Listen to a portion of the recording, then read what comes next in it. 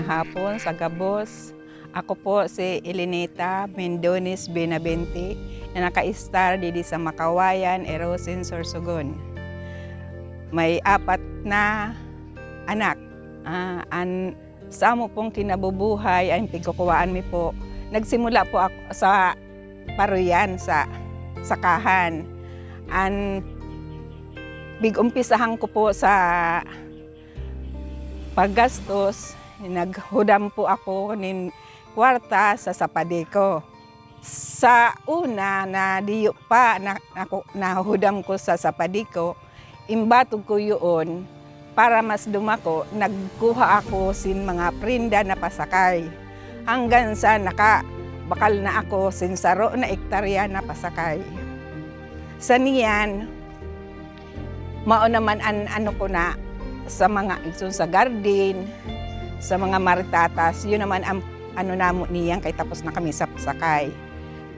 Siguro sa niya na mga maabot pa na paghudam ko sing kwarta, itry ko naman sa itikanan sa babuyan. May padimbag na po kami na itikan. Pero baboy naman ang target me, ano na sin puhunan talaga, itatry ko na pagpaayo sa anamo balay. Simula nung mag-member sa sapadiko, nasa 8 years na po ako sa ngunyan. Sa padagos na pagpahudam, ng pagtiwala, ang piglulong ko po sa sapadiko, productive loan po.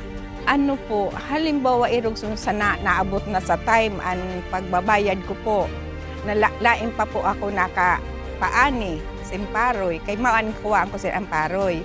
Ngayon, inaano ko na nakikihuron ako na kung pwede na pag-ani ko, pero diri man naabot sin 1 month na naibabayad ko po. Pag-abot sin ani, o kung may nahudaman ako, binabayadan ko para mas nadiri maraot ang ako pangaran.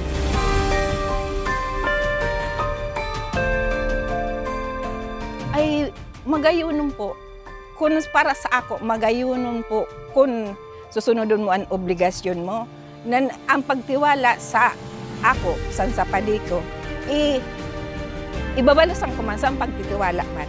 May bata ako na-encourage niyan, niya, plano, mauli didi sa Erosin, magtinda, mag-grocery.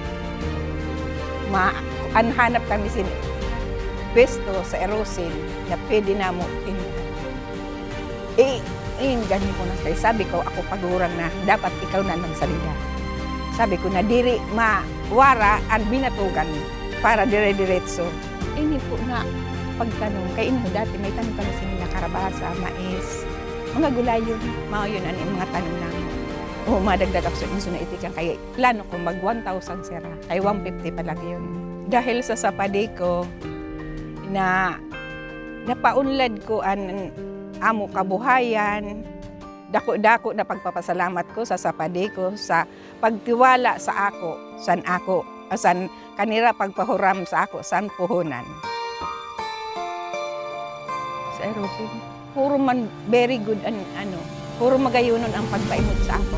Pagkagising sa umaga, magwawalis hanggang doon sa daan, papunta doon, nagwawalis talaga ako sa magilid ito.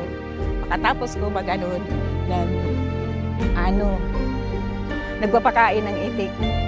Yun ang ko. Tapos, nakakulong yun na itik. Ko na, bubuksan ko na yun na kulungan doon. Tapos dito naman sila. Hanggang sa yun na lang. Pag wala ng sila pagkain, maglalagay naman ako ng pagkain. Yun ang ko. Tapos pag hindi gaano mainit, pag may naghahawan, nag-aalis ng damo, yun ang trabaho. Pag may tanim na, doon ako sa tanim. 1 hectare ito na dito lang na Pero yung palaya namin, 7.5. Ay, hindi pa. Mayroon pa pala kami doon kamuting kahoy, garden pa rin yun. Tapos ito sa Kalabaw. 10 hectares lahat.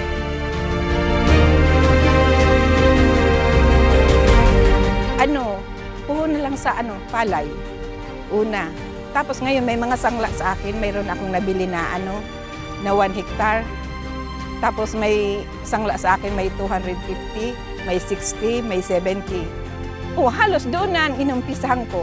Yun ang inumpisahan ko. Kahit mahirap, pero nagtsatsaga.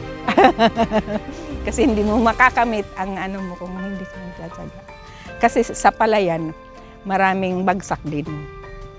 Kasi sa panahon.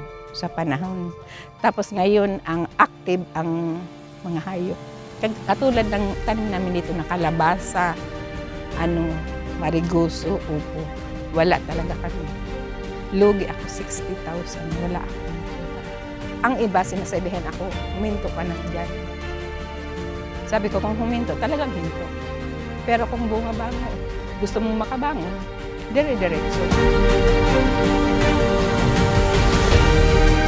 Sa mga katulad ko po na naghihiram po sa Sapadeco, sana ingatan at palaguin. Hindi iwawaldas, hindi kung saan-saan ginagamit.